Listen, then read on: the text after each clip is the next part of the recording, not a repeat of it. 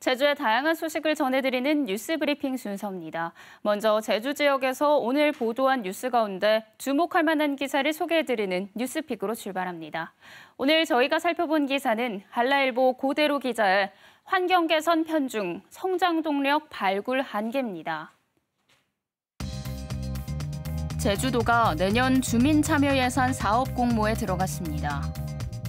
이달 공모가 마무리되는 주민참여예산 사업은 행정시 조정협의회 등을 거쳐 주민참여예산위원회 총회에서 의결되면 내년 제주도 예산안에 반영됩니다. 읍면 지역에는 각 4억 원, 동지역에는 2억 원씩 배정할 계획인데요. 주민참여예산제 대상 사업은 지역 주민 다수에게 고루 혜택이 돌아가는 사업, 즉 일자리와 주민소득 창출 등 지역 발전을 견인할 성장 동력 사업과 읍면동 지역 사업 외에 제주도와 행정시에서 편성해 시행 가능한 사업으로 제안하고 있습니다. 한라일보가 올해 주민참여 예산 사업 334건을 분석했더니 교통과 공원, 도로시설 확충 등 지역 인프라 개선 사업이 200여 건으로 전체의 60% 이상을 차지했다는데요. 여기에 저소득층 방충망 교체 등을 포함하면 70에서 80%가 지역 환경 개선 사업으로 일자리와 주민소득 창출 등 지역 발전을 견인할 사업은 전혀 없는 것으로 분석했습니다. 이와 관련해 제주도 관계자는 실무에서 행정적으로 많은 노력을 하고 있지만 외부에서 느끼는 체감은 약한 것 같다며 당장 나오기는 힘이 들겠지만 신선한 신규 사업 발굴은 앞으로 해결해야 할 과제라고 말했습니다. 행정당국에서 시설비 등으로 진행해야 할 사업이 주민참여 예산 사업으로 변질돼 제도 도입 취지를 반감시키고 있다고 지적한 한라일보의 보도를 오늘의 뉴스픽으로 전해드렸습니다. 시사용어 사전 이어갑니다. 최근 관광객들의 사진 촬영지로 인기를 끄는 태쉬폰이란 건축물 알고 계시나요?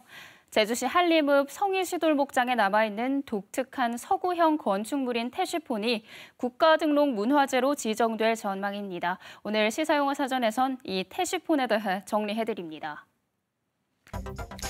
태쉬폰은 물결 모양의 아치가 연속된 형태의 건축공법으로 아치 형틀 위에 섬유 거푸집을 펼쳐 깔아 기둥과 철근 없이 시멘트를 덧발라 만든 건축물입니다. 1960년대 초 맥그린치 신부가 제주 중산간 지역 목장을 개척하면서 짧은 시간에 필요한 숙소와 창고, 돈사 등으로 활용하기 위해 이 건축공법을 국내에서 처음 도입했는데요. 당시 대한주택공사도 국가 재건과 주택난 해소를 위해 이 건축공법을 보급하면서 우리나라 주택사적 측면에서도 중요한 의미가 있습니다. 현재 태쉬폰식 주택은 제주에만 24채가 남아있는데요. 최근 문화재청 근대문화재분과위원회에서 1961년에 지어진 이시돌목장 태쉬폰 2채를 국가문화재로 등록하기로 하고 의견 수렴을 거치기로 했습니다.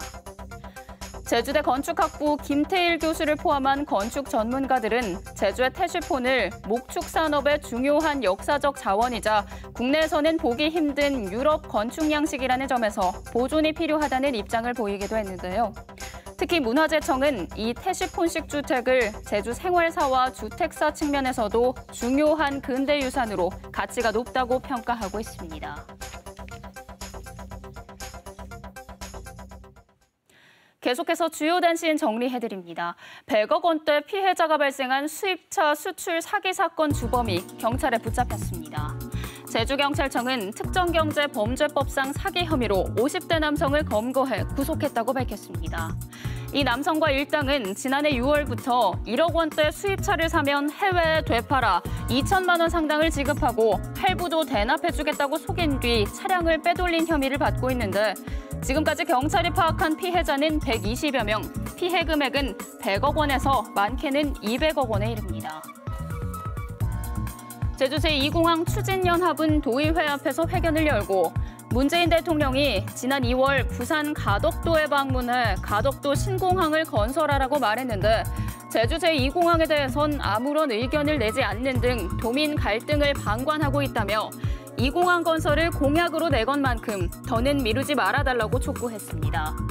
반면 제2공항 강행 저지 비상도민회의는 성명에서 노형욱 국토부 장관 후보자가 국회 청문회에서 장관이 된다면 곧바로 이 공항 문제를 검토하겠다고 답했다며 국토부는 조속히 당정 협의를 열고 여론 결과에 합당한 조치를 발표해야 한다고 요구했습니다. 제주도 소상공인연합회는 제주도청 앞에서 회견을 열고 드림타워 쇼핑몰 운영 중단을 촉구했습니다. 이 단체는 드림타워 쇼핑몰 판매 시설의 경우 바닥 면적이 3,000제곱미터가 넘는 대규모 매장이지만 대규모 점포 등록 없이 불법 영업을 하고 있다면서 제주시가 경찰에 고발했지만 불법 영업에 대해 제주도나 제주시가 행정명령을 내리지 않고 있고 검찰과 경찰도 좌시만 하고 있다고 주장했습니다. 전국협동조합 노동조합 제주지역본부는 농협중앙회 제주지역본부 앞에서 회견을 열고 농협중앙회가 노동조합법상 단체 협약보다 하위 규범인 채용준칙을 바탕으로 비정규직의 정규직화와 간접고용 노동자의 직접 고용을 막고 있다며 노동기본권이 침해됐다고 주장했습니다. 그러면서 이 단체는 비정규직의 정규직화는 물론 농축협 노동자의 노동기본권을 침해하는 독소규정 개정을 촉구했습니다. 21년 만에 전부 개정된 4.3 특별법의 후속 절차로 법조항의 세부 절차 등을 담은 4.3 특별법 시행령 전부 개정령이 입법 예고됐습니다. 행정안전부는 제주 4.3 특별법 시행령 전부 개정령안을 입법 예고하고 다음 달 3일까지 의견을 받고 있는데 개정안에는 4.3 사건 추가 진상조사 분과위원회 조직과 운영에 관한 사항, 추가 진상조사 결과 보고에 관한 사항, 제주 4.3 트라우마 치유 사업에 필요한 사항 등이 신설됐습니다. 제주 인구는 줄어드는데 세대수는 급증하는 것으로 나타났습니다. 국가통계 포털을 보면 지난달 기준 제주 지역 주민등록 인구는 67만 4천여 명으로 지난해 말보다 150여 명 줄었지만 세대수는 30만 3천여 세대로 1,100여 세대가 늘었습니다. 1인 가구 등으로 인한 세대수 급증은 2019년부터 본격 시작돼 제주에서는 1년여 동안 만여 세대가 늘었습니다.